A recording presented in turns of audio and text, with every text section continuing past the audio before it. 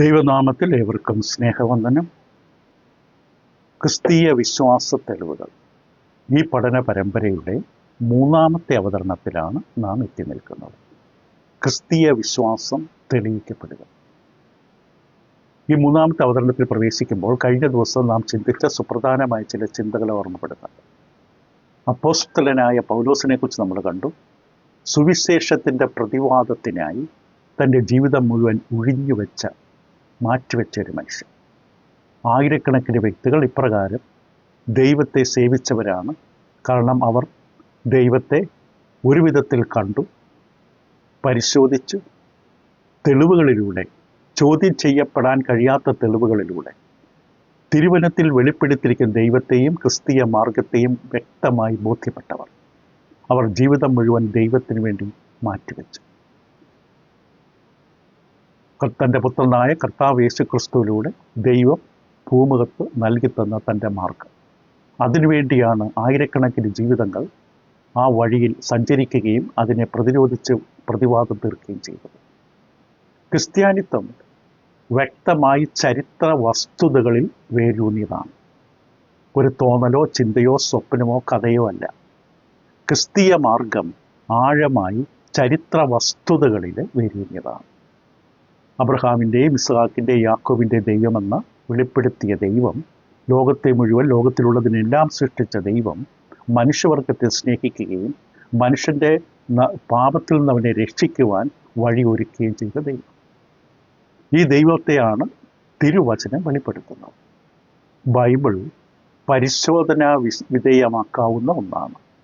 ബൈബിളിൽ പറയുന്ന വസ്തുതകളും ചരിത്ര വസ്തുതകളും സ്ഥലങ്ങളും സംഭവങ്ങളുമെല്ലാം ചരിത്രത്തിലെ രേഖകളിൽ, ബൈബിളിന് പുറത്തുള്ള രേഖകളിൽ പരിശോധന വിധേയമാക്കാവുന്നതാണ്.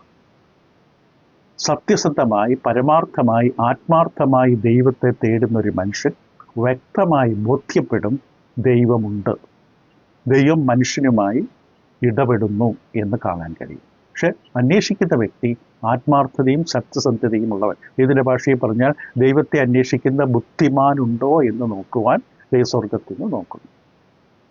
ക്രിസ്ത്യാനിത്വം ഏക മാർഗമാണ്. ദൈവത്തിൻ്റെ ഏക മാർഗം മതം ക്രിസ്ത്യാനിത്വമാണ്, ക്രിസ്തീയ മാർഗമാണ്. അനേകം ആൾക്കാർ ഈ മാർഗത്തിലേക്ക് വന്നിട്ടുള്ളത്, ഈ മാർഗത്തിലാണെന്ന് പറയുന്നത് പാരമ്പര്യം വ്യക്തമാണ്. മാതാപിതാക്കളുടെ പകർന്നു കിട്ടിയതായ ഒരു പാരമ്പര്യത്തിൻ്റെ ഫലമായിട്ട്. പക്ഷെ അത് തകർന്നു വീഴും ആക്രമിക്കപ്പെടുമ്പോൾ. നമ്മിലുള്ള ഈ വിശ്വാസത്തെക്കുറിച്ച് ചോദ്യം ചെയ്താൽ നിരീശ്വരവാദികൾ നിറഞ്ഞു കിടക്കുന്ന ലോകം പോരാട്ടത്തിലാണ്, യുദ്ധഭൂമിയിലാണ് നാമെന്ന് ഇതിനകം തന്നെ പറഞ്ഞു കഴിഞ്ഞു. അപ്പോൾ ഈ ഭൂമിയിൽ ജീവിക്കുന്ന ദൈവവിശ്വാസിയെ സംബന്ധിച്ച് അവൻ ആക്രമിക്കപ്പെടുമ്പോൾ ഒരു വ്യക്തമായ നിശ്ചയവും ബോധവും ഇല്ലെങ്കിൽ അവൻ തകർന്നു വീഴും. ഇത് തന്നെയാണ് പത്രോസ് തൻ്റെ ലേഖനത്തിൽ 1 പത്രോസ് 3:15 നിങ്ങളിലുള്ള പ്രത്യാശയെക്കുറിച്ച് ന്യായം ചോദിക്കുന്ന ഏവനോടും ഭയഭക്തിയും താഴ്മയോടുകൂടി ഉത്തരം പറയാൻ എപ്പോഴും ഒരുങ്ങി നിൽക്കണം. വെറുതെ കുറേ വേദഭാഗങ്ങൾ എടുത്തുകൊണ്ട് നമ്മോടൊരു ചാർവികൻ, ദൈവനിഷേധി, ഈശ്വരജ്ഞാന നിഷേധിയായ ഒരു മനുഷ്യൻ വന്ന് പ്രത്യാശയെക്കുറിച്ച് വിശ്വാസികൾ ചോദ്യം ചോദിക്കുമ്പോൾ കുറേ ബൈബിൾ വാക്യങ്ങൾ അവനോട് പറയുകയല്ല വേണ്ടത്. അത് ദൈവ മക്കളെ ബലപ്പെടുത്താനുള്ളതാണ് ദൈവിക സത്യം. പക്ഷേ മറ്റുള്ളവർ സംസാരിക്കുമ്പോൾ അവർക്ക് ന്യായമായ ബോധ്യം കിട്ടുന്ന തരത്തിൽ നമ്മുടെ വിശ്വാസത്തെക്കുറിച്ച് പറഞ്ഞു കൊടുക്കാൻ കഴിയണം. ഇപ്പോൾ ദൈവത്തിൻ്റെ അസ്തിത്വത്തെക്കുറിച്ചുള്ളൊരു യുദ്ധക്കളത്തിലാണ്. അതിനെ പ്രതിരോധിക്കണം, പ്രതിവാദം തീർക്കണം. ബൈബിളിലെ ദൈവം യഥാർത്ഥ ദൈവമാണ്, ദൈവമുണ്ട് എന്ന സത്യം. ദൈവത്തെ സേവിക്കുകയും ആരാധിക്കുകയും ചെയ്യുന്നവർ അവർ അറിയുന്ന ദൈവത്തെയാണ് ആരാധിക്കേണ്ടത്. ദൈവത്തെ അറിഞ്ഞുകൊണ്ട് വേണം ആരാധിക്കാൻ. അജ്ഞാതമായിട്ട് ആരാധിക്കരുത്, അറിവില്ലായ്മയിൽ ആരാധിക്കരുത്. ഒരു കാര്യം നാം ഇതിനകം തന്നെ കണ്ടു. ദൈവമുണ്ടെങ്കിൽ ദൈവം തന്നെക്കുറിച്ചുള്ള തെളിവുകൾ തന്നിരിക്കും. ദൈവം തൻ്റെ അസ്തിത്വത്തിൻ്റെ നിലനിൽപ്പിൻ്റെ തെളിവുകൾ തീർച്ചയായും തരും. ദൈവം ഒരിക്കലും തന്നെ മറച്ചു പിടിക്കില്ല, മറഞ്ഞിരിക്കില്ല. കാരണം ദൈവം തന്നെയാണ് ആഗ്രഹിക്കുന്നത് നിങ്ങൾ അന്വേഷിച്ച് കണ്ടെത്തണം. നിങ്ങൾക്ക് വ്യക്തമായ ഉറപ്പും നിശ്ചയം വേണം ഞാനിവിടെ ഉണ്ട് എന്നുള്ളത്. അപ്പോൾ അതിനാവശ്യമായ മതിയായ തെളിവുകൾ ദൈവം തന്നിട്ടുണ്ട് എന്നുള്ളത് കൊണ്ടാണ് ദൈവം അത് പറഞ്ഞത്, അന്വേഷിച്ചാൽ കണ്ടെത്തുമെന്ന് പറഞ്ഞത്. അപ്പോൾ പക്ഷെ മനുഷ്യൻ്റെ ഉത്തരവാദിത്വം എന്താണ്? ദൈവം നൽകിത്തന്ന വെച്ചിട്ടുള്ള തെളിവുകൾ അന്വേഷിക്കണം, പരിശോധിക്കണം. പുസ്തകത്തെ വായിച്ചു നോക്കണം, തെളിവുകൾ അന്വേഷിക്കണം. തിരുവെഴുത്തുകൾക്കും അപ്പുറമുള്ള തെളിവുകളുണ്ട്, അത് നമ്മൾ പഠിക്കണം. അതിനാണ് ഈ പഠനം ക്രമീകരിച്ചിരിക്കുന്നത്. നിസ്സാരമായ പഠനമല്ല.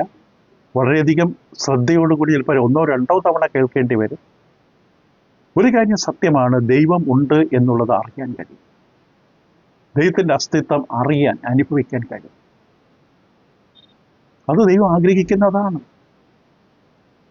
പക്ഷെ ഒരു കാര്യം, ശാസ്ത്രീയ മാർഗത്തിലൂടെ പരീക്ഷണശാലയിൽ ദൈവത്തെ അറിയാൻ പറ്റില്ല, പരിശോധിച്ച് കണ്ടുപിടിക്കാൻ പറ്റില്ല. കാരണം ശാസ്ത്രീയ പരീക്ഷണങ്ങളുടെ ഫലമല്ല ദൈവം. കുറേ കെമിക്കൽ കൂട്ടിയുണ്ടാക്കി ഉള്ളൊരു പദാർത്ഥം ഉണ്ടാക്കുന്ന പോലെ പരീക്ഷണശാലയിൽ നിർമ്മിക്കപ്പെട്ട ഒന്നല്ല ദൈവം. അതുകൊണ്ട് പരീക്ഷണശാലകളിലോ ശാസ്ത്രീയ പരീക്ഷണങ്ങളിലൂടെ ദൈവത്തെ കണ്ടെത്താൻ പറ്റില്ല. നമ്മുടെ ഇന്ദ്രിയങ്ങളിലൂടെ ദൈവത്തെ കാണാൻ പറ്റില്ല. നമുക്ക് 5 ഇന്ദ്രിയങ്ങളുണ്ട്, അതിലൂടെ ദൈവത്തെ കാണാൻ പറ്റില്ല. പക്ഷേ ദൈവം പ്രപഞ്ചത്തിൽ, ചരിത്രത്തിൽ ഇടപെട്ട രീതികൾ നമുക്ക് കണ്ണുകൊണ്ട് കാണാം, കൈകൊണ്ട് തൊടാം, രുചിച്ചു നോക്കാം, കേൾക്കാം ഒക്കെ കഴിയും. ഈ ഇന്ദ്രിയങ്ങളിലൂടെ ദൈവത്തിൻ്റെ പ്രത്യക്ഷതകൾ ചരിത്രത്തിൽ ഇടപെട്ട്, നമ്മളെ കഴിഞ്ഞ ദിവസം പറഞ്ഞു, ഭൂമി പിളർന്നതാകാം, തീ ഇറങ്ങിയതാകാം, വലിയ പിളർന്ന് ഒരു കുടുംബം നശിച്ചതാകാം, അങ്ങനെ പല സംഭവങ്ങൾ. കൺമുമ്പിൽ ഒരു കുടുംബം, ഭാര്യ ഭർത്താവ് വീണ് മരിച്ചതാകാം, കാരാഗ്രഹവാതിലൊക്കെ തുറന്ന് ഒരു തൻ്റെ പ്രിയപ്പെട്ട ദാസനെ പുറത്തേക്ക് കൊണ്ടുവന്നതാകാം. ഇങ്ങനെയുള്ള പ്രത്യക്ഷതകൾ ദൈവം ഭൂമിയിൽ പ്രവർത്തിക്കുന്നു എന്നുള്ള തെളിവുകൾ തരുമ്പോൾ നമുക്ക് ഇന്ദ്രിയങ്ങളിലൂടെ കാണാം, കേൾക്കാം, അനുഭവിക്കാം. പക്ഷെ ദൈവത്തെ കാണാൻ പറ്റില്ല. ബൈബിൾ ദൈവത്തിൻ്റെ പ്രത്യക്ഷതകളുടെ ചരിത്രമാണ്. ദൈവത്തിൻ്റെ പ്രത്യക്ഷപ്പെടലുകൾ ചരിത്രത്തിൽ വ്യക്തിയുടെ ജീവിതത്തിൽ ഇടപെട്ടതായ, തൻ്റെ ജനത്തെ രൂപീകരിച്ച് ഒരുക്കിയെടുത്തതായ ഇതിൻ്റെ ഇടപാടുകളുടെ ചരിത്രമാണ് വിശുദ്ധ വേദപുസ്തകം. ഇപ്പം നമ്മുടെ ഉത്തരവാദിത്തമാണ് വേദപുസ്തകത്തിൻ്റെ സാക്ഷ്യം. വേദപുസ്തകം സാക്ഷ്യപ്പെടുത്തുകയാണ് ദൈവം. ദൈവത്തെ സാക്ഷ്യപ്പെടുത്തുന്ന ഗ്രന്ഥമാണ്. നമ്മുടെ ഉത്തരവാദിത്തം ഈ സാക്ഷ്യം, വേദപുസ്തകത്തിലെ സാക്ഷ്യത്തെ നാം പരിശോധിക്കണം. ബൈബിൾ യോഗ്യമാണോ? എന്തിന്? ദൈവത്തിൻ്റെ അസ്തിത്വം തെളിയിക്കുന്നതിന് ബൈബിൾ വിശ്വാസയോഗ്യമാണോ എന്ന് നാം വ്യക്തമായി പരിശോധിച്ച് നിർണ്ണയിക്കണം. ബൈബിൾ വിശ്വാസയോഗ്യമാണ്. ബൈബിളിലെ സാക്ഷ്യം വിശ്വാസയോഗ്യമാണെങ്കിൽ നമ്മളതിനെ അവഗണിക്കരുത്. അത് രേഖയാണ്. ഒരു കാര്യം തെളിയിക്കാൻ, ദൈവത്തിൻ്റെ അസ്തിത്വം തെളിയിക്കേണ്ട രേഖയാണ് ബൈബിൾ. അതൊരു തെളിവാണ്, അതിനെ അവഗണിക്കാൻ പാടില്ല. ദൈവത്തിൻ്റെ അസ്തിത്വത്തിന് വേണ്ടിയുള്ള അന്വേഷണത്തിൽ ബൈബിൾ അവഗണിക്കരുത്. അതിലെ സാക്ഷ്യങ്ങൾ സത്യമാണെങ്കിൽ, ചെങ്കടൽ കീറിമുറിച്ച് ദൈവം തൻ്റെ ജനത്തെ നടത്തിയ ചരിത്രം സത്യമാണെങ്കിൽ, നോഹയുടെ പ്രളയം ചരിത്രം സത്യമാണെങ്കിൽ, തീർച്ചയായിട്ടും ആ തെളിവുകൾ അംഗീകരിക്കണം. ഇപ്പം ക്രിസ്തീയ തെളിവുകളുടെ ഭാഗത്ത് നമ്മൾ ചിന്തിക്കുമ്പോൾ ഈ സാക്ഷ്യങ്ങൾ വളരെ പ്രധാനമാണ്.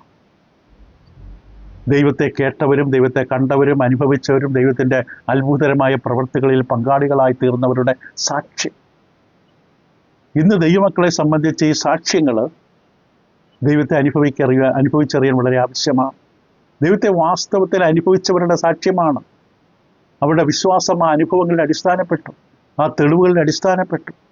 അപ്പം അതുകൊണ്ട് വചനത്തിൻ്റെ പഠനം ഒരു ദൈവനെ സംബന്ധിച്ച് ദൈവത്തിൻ്റെ അസ്തിത്വത്തിന് മതിയായ തെളിവുകൾ നൽകുന്നതാണ്. അതുപോലെ ഇപ്പോൾ നമുക്കറിയാം, ലോകത്തിൽ ഇന്ത്യയിൽ പണ്ട് രാഷ്ട്രപിതാവായി മോഹൻദാസ് കരംചന്ദ് ഗാന്ധി ഉണ്ടായിരുന്നു. ഇംഗ്ലണ്ടിൽ ആർതർ എന്ന രാജാവുണ്ടായിരുന്നു. നമ്മളാരും അവരെ കണ്ടിട്ടില്ലെങ്കിലും അവരെക്കുറിച്ചുള്ള രേഖകൾ നമുക്ക് ചുറ്റുമുണ്ട്. ആ രേഖകളും വാർത്തകളും വിവരങ്ങളും നമ്മൾ ചുറ്റുമുള്ളതുകൊണ്ട് അവരെക്കുറിച്ച്, അവരുമായി ബന്ധപ്പെട്ടവരുടെ സാക്ഷ്യങ്ങൾ നമ്മുടെ ചുറ്റുമുണ്ട്. അവരുമായി ഒരുമിച്ച് വളർന്നവർ, പഠിച്ചവർ, എല്ലാം അവരുടെ സാക്ഷ്യങ്ങൾ ചുറ്റുമുണ്ട്. ആ സാക്ഷ്യങ്ങൾ നാം വിശ്വാസയോഗ്യമായിട്ട് നമ്മൾ അംഗീകരിക്കുകയും ഇങ്ങനെയുള്ളവർ ഭൂമിയിൽ ഉണ്ടായിരുന്നുവെന്ന്, മഹാന്മാരായിരുന്നു ഇവരുണ്ടായിരുന്നുവെന്ന് ഇവരുടെ സാക്ഷ്യങ്ങളാൽ അംഗീകരിക്കുകയും ചെയ്യുന്നുണ്ട്. അതേപോലെയാണ് ദൈവത്തിൻ്റെ അനുഭവങ്ങളുള്ളവർ, ഇതിൻ്റെ പ്രത്യക്ഷതകൾ അനുഭവപ്പെട്ടവർ, അവരുടെ സാക്ഷ്യങ്ങളാണ് ബൈബിളിൽ തന്നിരിക്കുന്നത്. അത് സത്യമാണെന്ന് തെളിയിക്കാൻ പറ്റും, ചരിത്ര സത്യങ്ങളാണ്. ഇപ്പം നമ്മൾ ഈ ഗാന്ധിയെ കണ്ടിട്ടില്ല, ആർദർ രാജാവിനെ കണ്ടിട്ടില്ല, ഫറവോനെ കണ്ടിട്ടില്ല. പക്ഷെ അങ്ങനെ ഒരു രാജ്യം ഉണ്ടായിരുന്നു, അങ്ങനെ ഒരു രാജാവ് ഉണ്ടായിരുന്നത് വ്യക്തമാണ്. അപ്പം ഈ അറിവെന്ന് പറയുന്നത് നമ്മൾ അനുഭവസിദ്ധമല്ല, കണ്ണുകൊണ്ട് കണ്ടതല്ല അവരെ. പക്ഷെ അവരുടെ തെളിവുകൾ നമ്മുടെ ചുറ്റുമുണ്ട്. രേഖപ്പെടുത്തിയ സാക്ഷ്യങ്ങൾ ആധികാരികമാണെന്നും സത്യസന്ധമാണ് നമ്മൾ വിശ്വസിക്കുമ്പോൾ ഇവരെയൊക്കെ ഉണ്ടായിരുന്നു വിശ്വസിക്കുന്നു. അതേപോലെ ദൈവത്തെക്കുറിച്ചുള്ള ആധികാരികമായ തെളിവുകൾ ദൈവത്തെ കണ്ടവരും അനുഭവിച്ചവരും എഴുതി തന്ന പുസ്തകമാണ്, ഗ്രന്ഥമാണ് ബൈബിൾ. പൗലോസ് അപ്പോസ്തലൻ ഒരിക്കൽ പറഞ്ഞു, താൻ ദമാസ്കോസ് എന്ന സ്ഥലത്തേക്ക് പോകുന്ന വഴിക്ക് കർത്താവ് യേശു തനിക്ക് പ്രത്യക്ഷപ്പെട്ടു.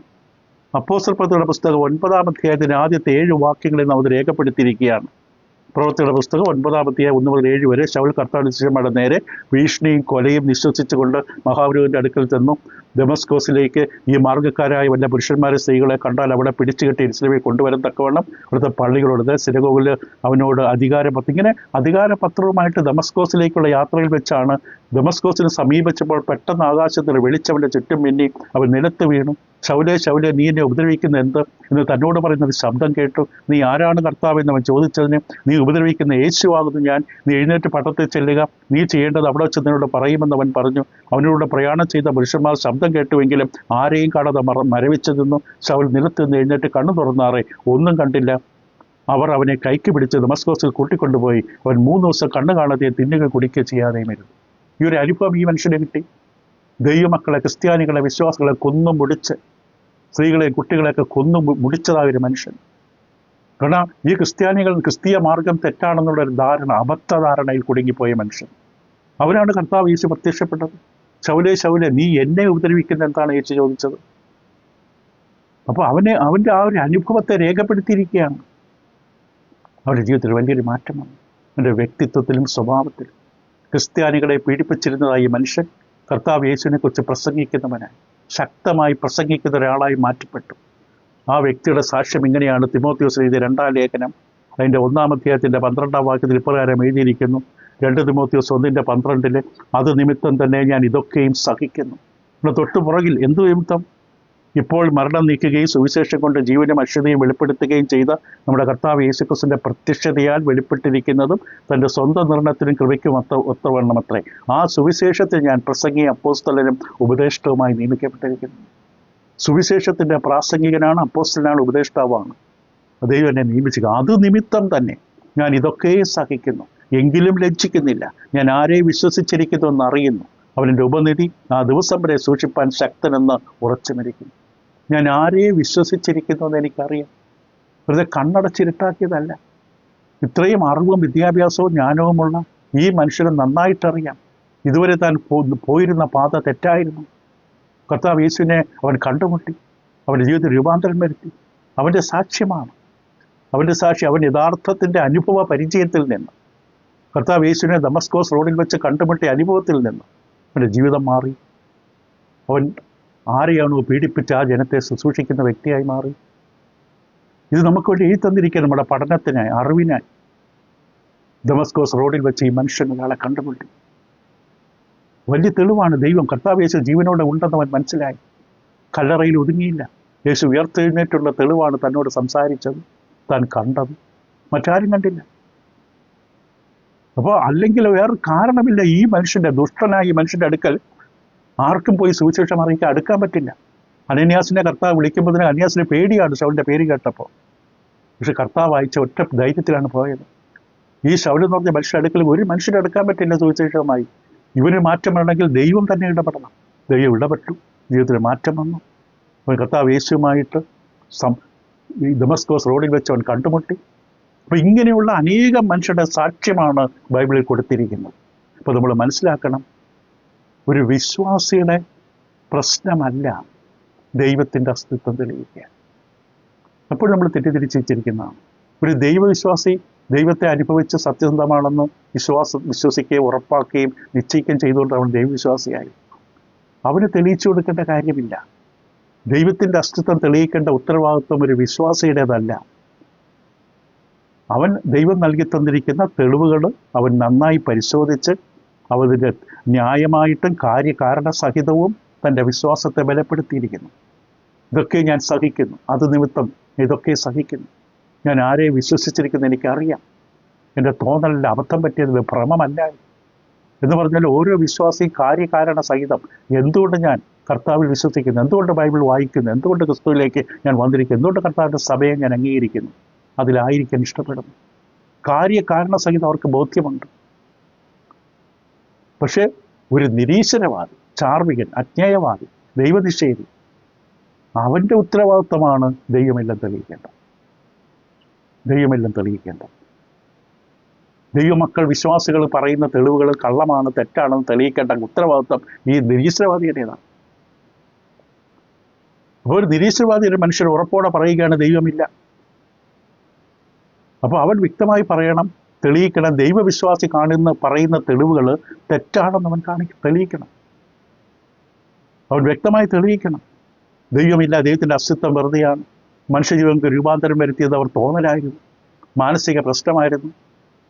വ്യക്തമായി തെളിയിക്കണം. എന്തുകൊണ്ട് ക്രൂരനായൊരു മനുഷ്യൻ, പിടിച്ചുപറിക്കാരനായ കൊലപാതകയായ ഒരു മനുഷ്യൻ എങ്ങനെ ഇത്ര വിനയവും എളിമയുമുള്ള ഒരു ദൈവദാസനായി, അപ്പോസ്തലനായി, പ്രാസംഗികനായി മാറാൻ കഴിഞ്ഞു?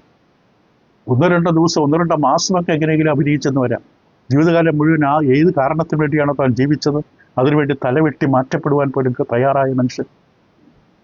ഈ പൗലോസ് എന്ന് പറഞ്ഞ ശൗൽ എന്ന് പറഞ്ഞ മനുഷ്യന്റെ ജീവിതം എങ്ങനെ, എന്ത് കാരണം കൊണ്ട് മാറ്റപ്പെട്ടു? ഇവിടെ നിരീശ്വരവാദി തെളിയിക്കണം. പൗലോസ് മാത്രമല്ല, ഇതുപോലെ ആയിരക്കണക്കിന് മനുഷ്യർ, ആയിരക്കണക്കിന് ജീവിതങ്ങൾ, ബൈബിൾ എന്ന ഗ്രന്ഥത്തിൽ എഴുതിയിരിക്കുന്ന ആയിരക്കണക്കിന് ജീവിതങ്ങൾ അവരിൽ വ്യക്തമായി തെളിയിച്ചിരുന്നു. ജീവിതങ്ങൾക്ക് വന്ന മാറ്റം, ജീവിതത്തിൽ വന്ന രൂപാന്തരം. കൊട്ടാരത്തിൽ ജീവിച്ചൊരു മനുഷ്യൻ കൊട്ടാരം വിട്ട് ചെളിയിൽ ഇഷ്ടിക ചെളിയിലേക്ക് ഇറങ്ങിപ്പോയ മനുഷ്യൻ മോശ. സമ്പന്നമായ ഒരു അവസ്ഥയിൽ നിന്ന് ദൈവം വിളിച്ചപ്പോൾ പുറത്തേക്ക് ഇറങ്ങി തൻ്റെ മകനെ പോലെ യാൻ കഴിക്കാൻ തയ്യാറായ അബ്രഹാം. ഇതുപോലെ ആയിരക്കണക്കിന് ജീവിതങ്ങൾ 1400 വർഷങ്ങൾ കൊണ്ട് എഴുതപ്പെട്ട ബൈബിളിൽ തെളിയിക്കുകയാണ്. അതുകൊണ്ട് ഒരു നിരീശ്വരവാദിയുടെ കടമയാണ് ചരിത്രത്തിലുടനീളം ഇങ്ങനെയുള്ള മനുഷ്യരുടെ മാറ്റം, ആ മാറ്റത്തോടെ നിലനിന്ന് അവസാനം വരെ. അതുകൊണ്ട് ഭാരം നിരീശ്വരവാദികളുടെ ചുമലിലാണ്, വിശ്വാസയുടെ ചുമലിലല്ല.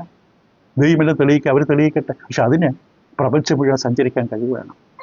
ലോകത്തിലുള്ള സകല ജ്ഞാനവും അറിയാൻ കഴിവ് വേണം. ദൈവം ഇടപെട്ടതല്ല എന്ന് തെളിയിക്കണം. അത്രമാത്രം ജ്ഞാനിയും സർവ്വവ്യാപിയും ഒക്കെ ആയിരിക്കണം ഈ നിരീശ്വരവാദി, ദൈവമില്ലെന്ന് പറയാം.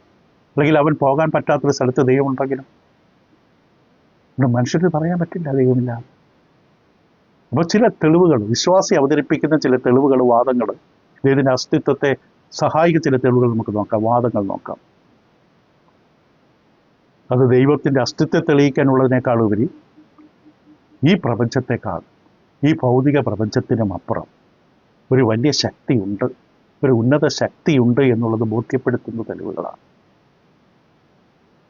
വളരെ വിലയുള്ള ന്യായമായ തെളിവുകൾ, ആയിരക്കണക്കിന് വർഷങ്ങളായി ന്യായത്തോടും യുക്തിയോടും കാരണസഹിതവും മനുഷ്യർ മനസ്സിലാക്കിയിരിക്കുന്ന തെളിവുകൾ ചരിത്രത്തിൽ അവരുടെ വാക്കുകളായി നമുക്ക് രേഖപ്പെടുത്തി തന്നു.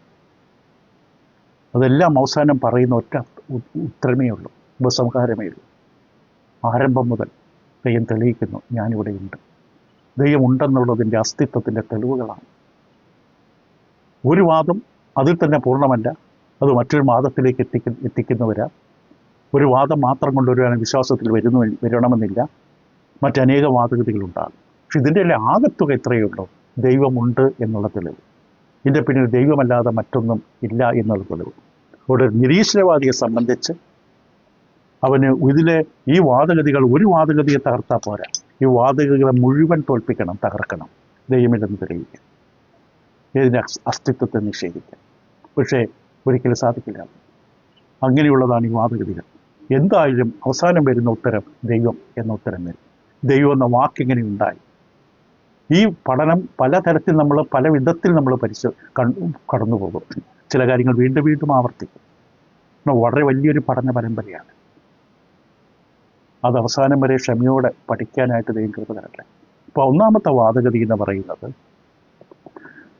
കാരണം എന്ന വാദം, കാരണത്തിൻ്റെ വാദം. കാരണം എന്ന വാക്കിന് ഹേതു, നിമിത്തം, നിധാനം, പ്രേരണ എന്നൊക്കെ വാക്കുപയോഗിക്കാം. കോസ്, ഒരു കാരണം. പ്രപഞ്ച തത്വ ജ്ഞാനപരം എന്ന വാദഗതിയാണ്. അതായത് മനസ്സിലാക്കി തരാം, വ്യക്തമായി ദൃഢീകരിക്കപ്പെടുന്ന ഉറപ്പായ ഒരു ബോധ്യം നമുക്കുണ്ടാകണം. ഈ പ്രപഞ്ചം ഇങ്ങനെ ആയിരിക്കുന്നതിന് ഒരു കാരണമുണ്ട്. വിശ്വവിജ്ഞാനവാദം.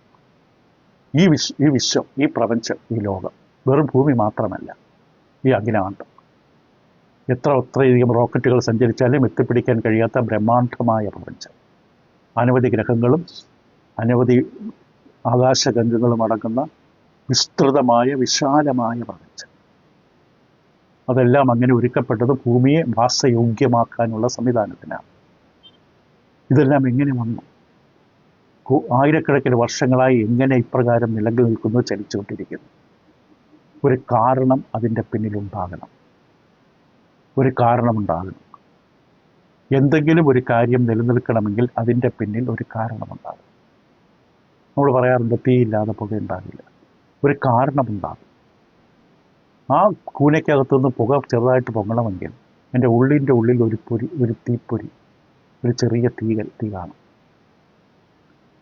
അപ്പോൾ നാം അനുഭവസിദ്ധമായി കൺമുമ്പിൽ കാണുന്ന, അനുഭവിക്കാൻ കഴിയുന്ന ഇതിൻ്റെ എല്ലാം പിന്നിൽ അതിൻ്റെ നിമിത്തമായി ഒരു കാരണമുണ്ടാകും. ആ കാരണത്തിൻ്റെ ഫലമാണ് നമ്മൾ കാണുന്നത്. ഈ കാരണം അടിസ്ഥാനപരമായ കാരണമാണ്. ഈ പ്രപഞ്ചത്തിന്, മഹാപ്രപഞ്ചം ഇങ്ങനെ നിലനിൽക്കുന്നതിന് അടിസ്ഥാനപരമായ ഒരു കാരണമുണ്ട്.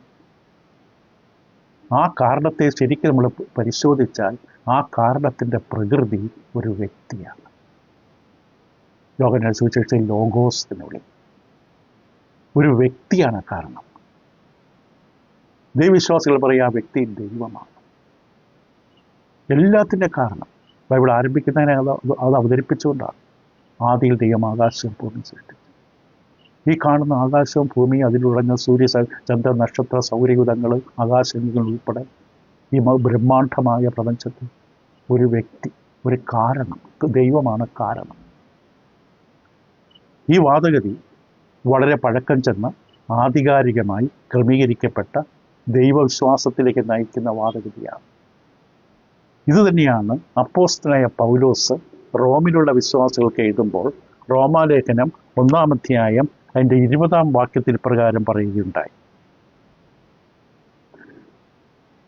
ദൈവം അവർക്ക് വെളിവാക്കിയല്ലോ, അവൻ്റെ നിത്യശക്തിയും ദിവ്യത്വവുമായി അവൻ്റെ അദൃശ്യ ലക്ഷണങ്ങൾ, ദൈവം അദൃശ്യനാണ്, ആത്മാവായുണ്ട്, അദൃശ്യ ലക്ഷണങ്ങൾ ലോക സൃഷ്ടി മുതൽ അവൻ്റെ പ്രവൃത്തികളാൽ ബുദ്ധിക്ക് തെളിവായി വെളിപ്പെട്ടു വരുന്നു, അവർക്ക് പ്രതിവാദമില്ലാതിരിക്കേണ്ടത്. അപ്പോൾ ഒരു വാക്യം വായിച്ചിട്ട് തന്നെ വിശദീകരിക്കാം. ഇതേ വിഷയം, ഇതേ സത്യം പ്രവൃത്തിയുടെ പുസ്തകം 14-ാം അധ്യായം 17-ാമത്തെ വാക്യത്തിൽ ലുസ്ത്ര എന്ന സ്ഥലത്ത് ചെല്ലുമ്പോൾ പൗലോസ് അപ്പോസ്തലൻ ഇപ്രകാരം പറഞ്ഞു, ഇപ്പം നിങ്ങൾ ദൈവത്തിലേക്ക് തിരിയണമെന്നുള്ള സുവിശേഷം ഞങ്ങൾ നിങ്ങളോട് അറിയിക്കുന്നു. കഴിഞ്ഞ കാലങ്ങളിൽ അവൻ സകല ജാതികളെ സ്വന്തം വഴി നടപ്പാൻ സമ്മതിച്ചു. എങ്കിലും 17-ാം വാക്യം കേൾക്കുക. എങ്കിലും അവൻ നന്മ ചെയ്യുകയും ആകാശത്തു നിന്ന് മഴയും ഫലപുഷ്ടിയുള്ള കാലങ്ങളും നിങ്ങൾക്ക് തരികയും ആഹാരവും സന്തോഷവും നൽകി നിങ്ങളെ തൃപ്തരാക്കുകയും ചെയ്തു പോകുന്നതിനാൽ തന്നെക്കുറിച്ച് സാക്ഷ്യം തരാതിരുന്നിട്ടില്ല. അപ്പോൾ അവർക്ക് നന്മ കൊടുത്തു, ആകാശത്ത് മഴ കൊടുത്തു, ഫലപുഷ്ടിയുള്ള കാലങ്ങൾ കൊടുത്തു, അവർക്ക് സംതൃപ്തി കൊടുത്തു, ആഹാരം കൊടുത്തു, സന്തോഷം കൊടുത്തു. പൗലോസ് ഇതൊക്കെ ദൈവം നിങ്ങൾക്ക് തരുന്ന സാക്ഷ്യമാണ്. ദൈവമാണ് ഇതിൻ്റെ പിന്നിലെന്ന് ദൈവം സാക്ഷ്യപ്പെടുത്തുകയാണ്. നിങ്ങൾ ആഹാരം കഴിക്കുമ്പോൾ, നിങ്ങൾ വെള്ളം കുടിക്കുമ്പോൾ, സന്തോഷത്തോടെ ഇരിക്കുമ്പോൾ, തൃപ്തിയോടുകൂടി ഇരിക്കുമ്പോൾ, ഇതിൻ്റെ ഉറവിടം എവിടെയാണ്? ദൈവം. അപ്പോൾ പൗലോസ് അപ്പോസ്തലൻ വളരെ വ്യക്തമായി ഊന്നൽ നൽകി പറഞ്ഞു, കാണുന്നതെല്ലാം ഒരു സാക്ഷ്യമാണ്, സൃഷ്ടാവിൻ്റെ സാക്ഷ്യമാണ്. ഇതെല്ലാം സൃഷ്ടിക്കപ്പെട്ട ദൈവത്തിൻ്റെ സാക്ഷ്യമാണ്. നമ്മുടെ ചുറ്റുമുള്ളതെല്ലാം ആദി കാരണം, മൂലകാരണം, ഫസ്റ്റ് കോസ് ദൈവമാണ്. സൃഷ്ടിക്കപ്പെട്ട കാണുന്നതെല്ലാം. അപ്പോൾ ഒരു താർക്കികൻ ന്യായവാദിയെ സംബന്ധിച്ച് അവൻ അദൃശ്യനായ ഈ കാരണത്തെ ദൃശ്യമായ ഇതിലൂടെ കാണുകയാണ്. അവന് തൃപ്തിയും സന്തോഷവും ഫലപുഷ്ട കാലങ്ങളും സൂര്യനും ചന്ദ്രനും മഴയും വെള്ളവും വെളിച്ചവും എല്ലാം അനുഭവിക്കുന്ന സമയത്ത് ദൈവം അവൻ്റെ മുമ്പിൽ സാക്ഷ്യം കൊടുക്കുകയാണ്. ഈ കാര്യങ്ങൾ തെളിയിക്കാനാണ്.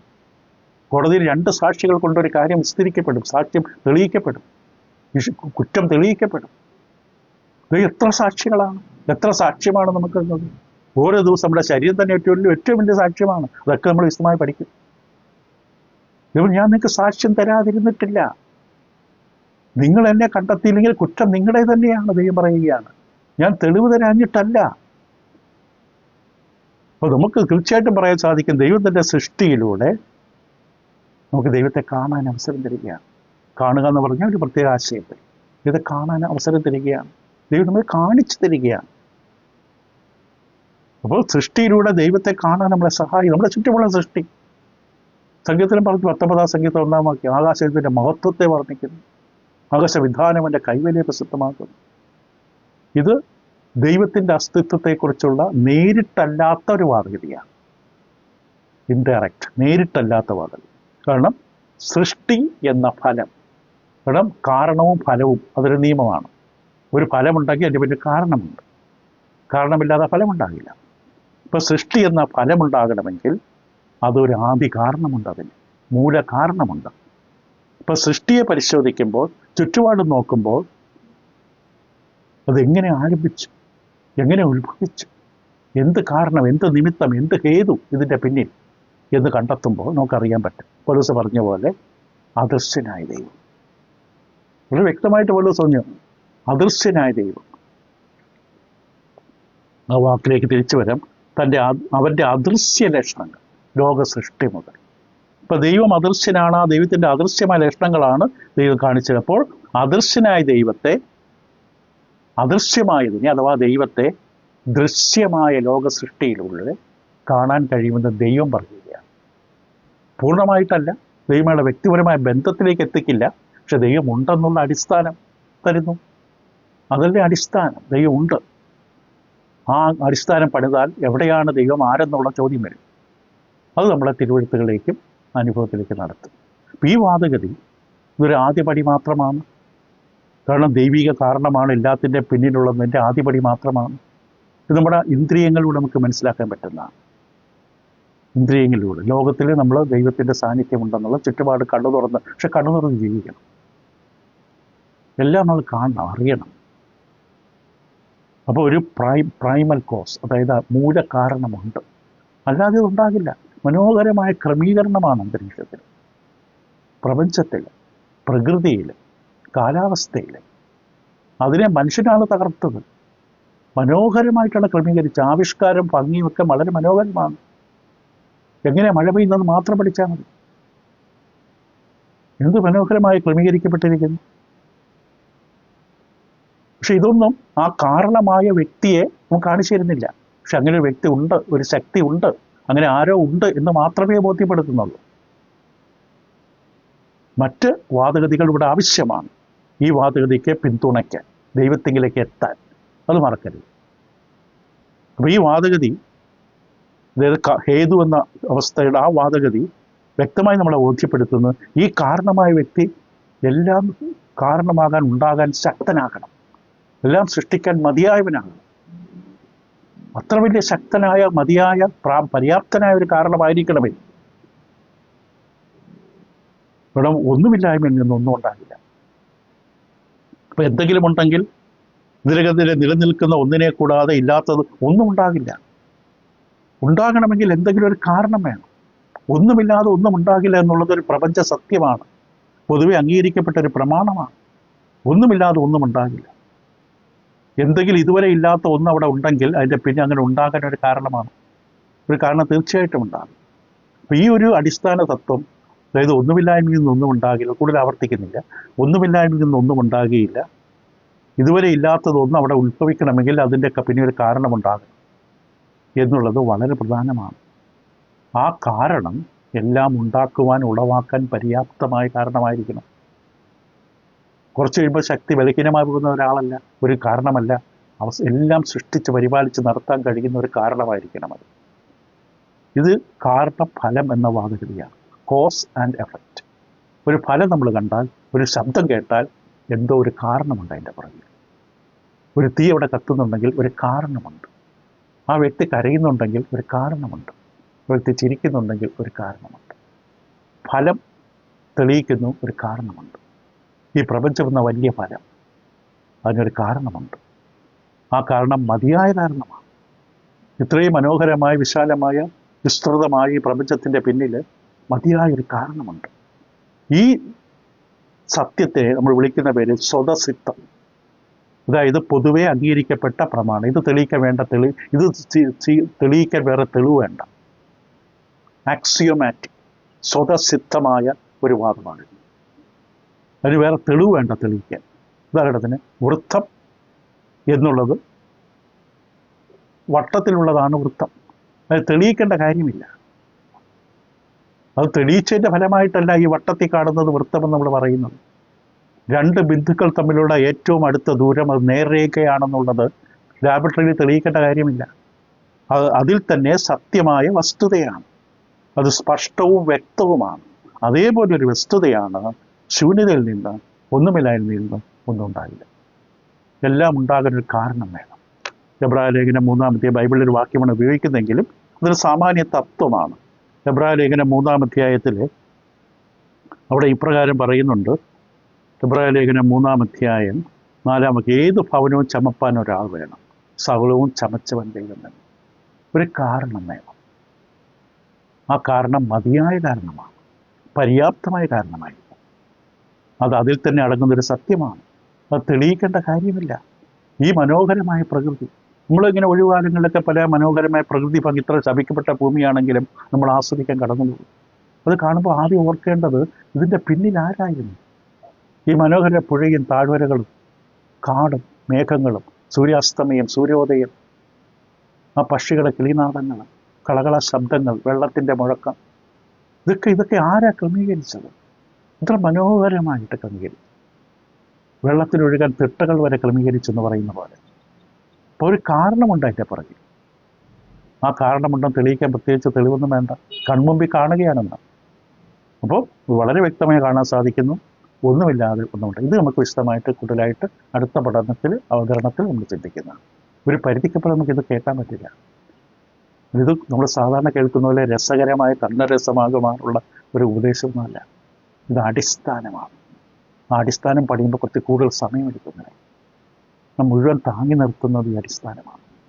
ഇത് നിങ്ങളെ സഹായിക്കട്ടെ. തുടരാൻ അടുത്ത പഠനം. Thank you.